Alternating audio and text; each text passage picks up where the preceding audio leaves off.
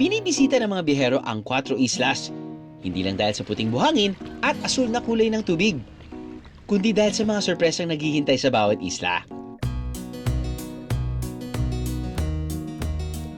First up, Mahaba Island. Tinatawag itong mahaba dahil literal na pahaba ang hugis nito. Sa islang ito, kakaibang spa raw ang pwedeng maranasan. Pero ang masahista, hindi tao, kundi hipon. Ano pong ginagawa ng mga turista dito? Ilalagay yung paa mo sa tubig at parang tinatawag na shrimp spa. Shrimp spa? Oo, shrimp spa, yung tawag nila Ba, nag-uso na talaga yung mga spa na yan, Oo. ha? Kasi parang ningangat-ngat nila yung dead skin, Dead skin. sa paa. Nanguhuli po ba kayo ng hipon dito? Ay, hindi po, kasi dito parang for sightseeing lang talaga. Unique siya, hindi mo makikita sa kahit sa ibang protected area o sa ibang lugar. Ng mga hipon na ginto. Ganito kulay pula. Siyempre medyo cloudy at hindi masyadong visible, no? Pero kahit na hindi ganun ka maaraw, marami sila gumagalaw, oh. Marami talaga, parang nagiging habitat nila ito, bahay na. Kilala ang red shrimp sa pagiging active scavenger. Ibig sabihin, kinakain nila ang mga nabubulok na halaman sa kanilang paligid. Pati na rin ang mga dry skin ng paa natin, biheros. Ngunit hindi lang shrimp spa ang sorpresa na hatid ng Mahaba Island. Kung siswertihin, meron din tayong kaibigang naghihintay para tayo salubungin.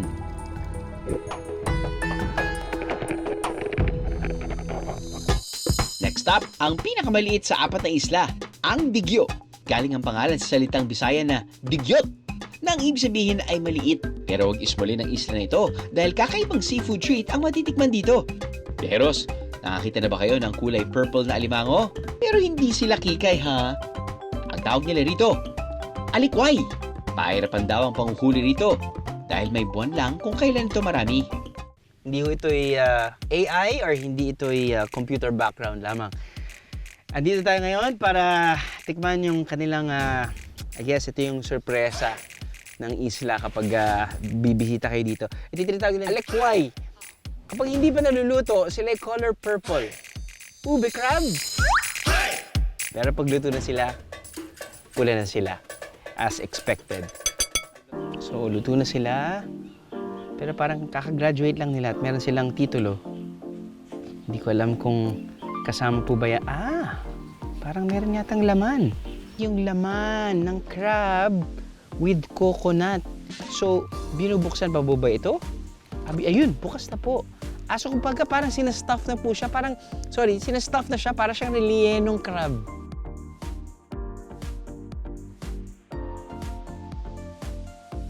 Ginger.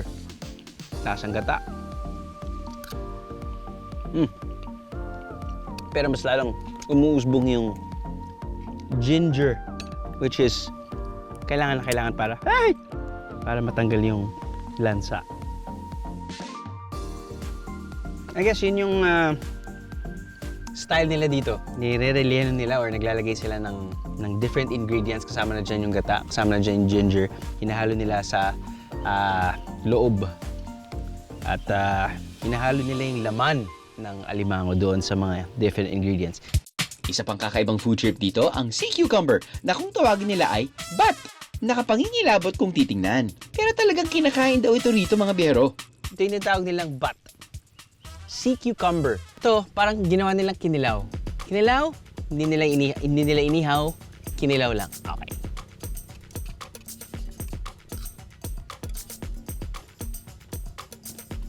Ay, yung okay sa biyahe. Maganda kapag subok ka lang ng subok sa mga pwede mong kainin.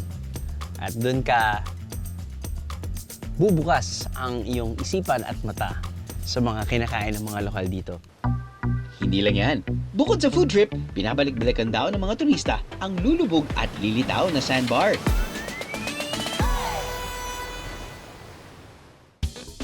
Dito naman sa isla ng Apid, paggawa ng iba't ibang handicrafts ang ikinabubuhay ng mga lokal.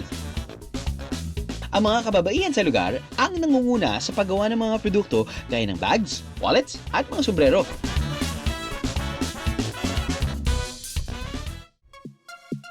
Pagkatapos maglibot sa mga isla, maglibot naman tayo sa palengke ng Hilongos, Biyahero. Hindi lang pagkain, marami ring kakaibang bagay ang makikita rito, katulad nitong kamanjan at pili. Ano kaya ang mga ito?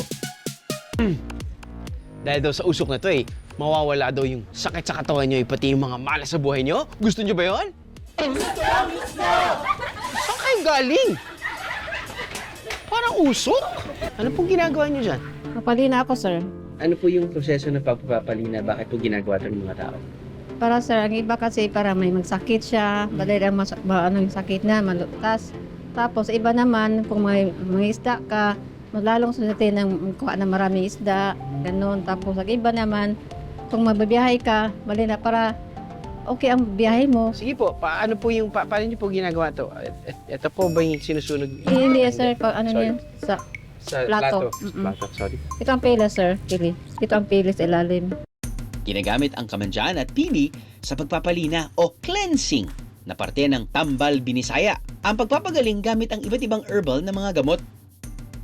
Ito, sir, ang kamanjan. Apo. Itong papalina, pwede din sa bahay. Halimbawa, kung yung mga masamang Spirito. sipito, pahalis sila, para laya sila lahat. Mao ni ang Bisaya nga tambal, sir. Sa halimbawa kay kwarta, dali ra makapait kay brato naman. Tagkuan, 60 pesos ang katong tag 10 pesos ang kamanjan. Ito ang 60. Opo. Yung mga tao, kapag walang pera, ito na lang po yung nagiging sinusubukan nilang solusyon para magpagaling. Opo, sir. Tama po. Dahil mas mahal kapag pumunta sa ospital. Yung malit ako sa dali akong malagnatin. Tapos, ganyan, ina ako ganito. Yan, madali lang akong parang okay na ang pakiramdam ko. Dami magamit ito. Ganun para swertihin ka. Halika na, loto na tayo, Nay. Punta tayo doon sa loto. Kung kayang maitaboy ng kamanjan at pili ang malas na nakadikit sa inyo, hindi na yata nito kayang solusyonan ang gutom na nararamdaman ko. Kaya tara na sa sikat na painitan ng Hilongos. Tikman natin ang mga pagkain pang tawid gutom para sa ating mga biyahero. Excuse me po, Nay. Ano po nangyari dun? Ba't ang daming tao? May rambol. May rambol? May away? Basta may rambol. Ay, naku. Tatawag na po ba ako ng pulis? Iwan ko. Sino may away? Walang away, sir. Wala po. Okay, sorry. Pwede na tayong mag-relax, biyeros. Walang away. Pero totoong may rambol na binibenta ni Nanay Nena. Ito ang tinitinda namin, puto rambol. Ah, puto rambol. Yeah, ito ang native delicacy ng Hilongos. Puto rambol. Yeah, Bakit po tinawag na puto rambol? mix ito sir, tatlong klase. Puto, munggo, munggo. at saka sikwate. Nay, ano po ba to? Normally, buong araw niyo po binibenta to? Mas mabili po ba sa umaga? Kinakain ng mga lokal dito ng hapon? Ano po ba? Anytime sir. Anytime. Yeah, mula ng madaling araw until hapon. Titikman ko na lang po, no? Naalala ko po yung kabataan ko. Dahil sa bahay namin, parating may champurado. Ang tawag po namin sa amin, champurado. Ayan. At yun din po yung Yan din lasa ang nito. puto. Mainit, masarap yung texture ng kanin. Tapos nun, may konting tamis dahil nga, I guess niligay nyo na po ng asukal yung tsokolate ba, diba? Yes, sir. Ayun. Magkano po ito? That's 20 pesos. 20 pesos. Yes. Ang painitan ni Nanay Nena, 37 years nang bumubusog sa mga kumakain dito. Ito po ba'y galing po sa mga ninuno nyo or kayo po nagsimula? No. Ah. Bata pa ako. Kasi yan ang agahan namin bago kami pumasok ng school. Yeah. Tapos nag-observe ako sa kanila, mabinta. Naisipan ko na mag-negosyo na ako lang tulad ng ganito. Apo. Okay, puto sikwati, puto munggos, at puto rambol. Bukod sa puto rambol, isa rin sa pinagkakaguluhan dito ang kanilang puto munggos.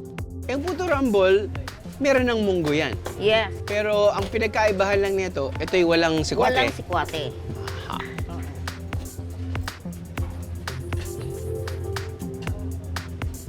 So, kung ito champurado, na may tamis at may halong tsokolate, ito, may tamis din siya dahil may halo ng asukal yung munggo.